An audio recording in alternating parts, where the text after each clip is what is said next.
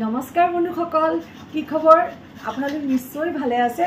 আজি মই এয়া চাওক খাবলৈ এটা ভেজ কাটলেট বনাব ওলাইছো আৰু ৰেচিপিটো আপোনালোকক দেখুৱাই আছো। কেনেকৈ বনাইছো চাওক। এয়া মই অলপ গাজৰ ৰুকি আছো, অলপ কৰ্ণ লৈছো আৰু অলপ মই মাছৰুম লৈছো। যিকোনো ভেজিটেবল দি আপোনালোকে বনাব পাৰে, কাৰণ শাওনৰ মাহ ভেজিটেবল কাটলেট বনাইছো, সেইকাৰণে মাজত চিজ দি দিম। আপোনালোকে মোৰ ৰেচিপিটো চাই যাওকচোন কেনেকৈ বনাইছো। এয়া চাওক, প্ৰথমতে মই মিক্সিত 3 ফুটমান নহৰু ল'লোঁ, তাৰপিছত 2টা কেঁচা জলকীয়া ল'লোঁ আৰু এটুকুৰ আদা লৈ 1 কাপ মই কৰ্ণ ল'লোঁ। লৈ পেলাই মিক্সিত খুব ভালকৈ পিচি ল'লোঁ।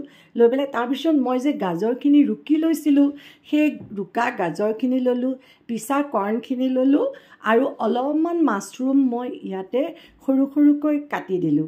আপোনালোকে বেলেগ ভেজিটেবলো দিব পাৰে। তাৰপিছত ইয়াতে মই 2 চামুচ কৰ্ণফ্ল'ৰ দিলোঁ আৰু 2 চামুচ ময়দা দিলোঁ। দি পেলাই এয়া চাওক, মই 1 চামুচ জিৰা, 1 চামুচ ধনিয়া আৰু 1 চামুচ শুকান জলকীয়া গুড়া লৈ অলপ ক'লা নিমখ আৰু অলপ গৰম মছলা আৰু চাট মছলা দি এই গোটেইখিনি মই হাতেৰে খুব ভালকৈ মিক্স কৰি ল'লোঁ। মানে খুব ভালকৈ মই এইখিনি সানি ল'লোঁ।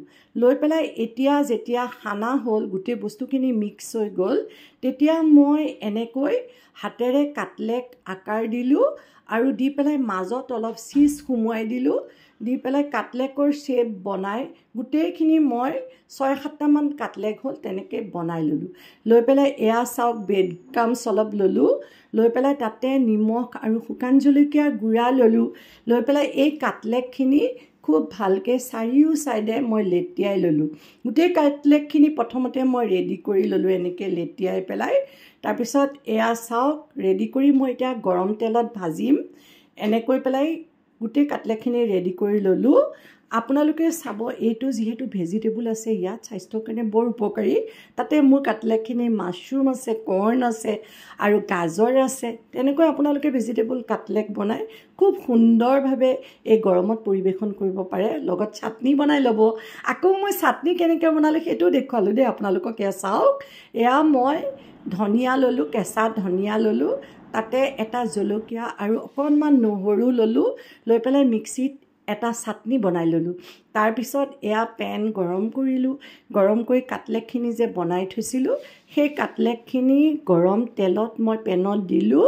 দি পেলাই গোটেইকেইটা ছাইড এনেকৈ লৰাই দি ৰঙচুৱাকৈ গোটেইখিনি কাটলেট মই খুব সুন্দৰকৈ ভাজিলোঁ আৰু এয়া আপোনালোকক দেখুৱালোঁ কেনেকৈ বনালোঁ।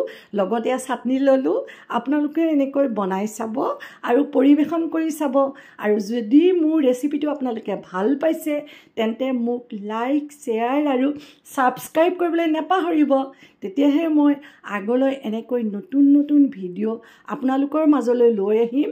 তেন্তে আজিলৈ আপোনালোকক ধন্যবাদ জনাই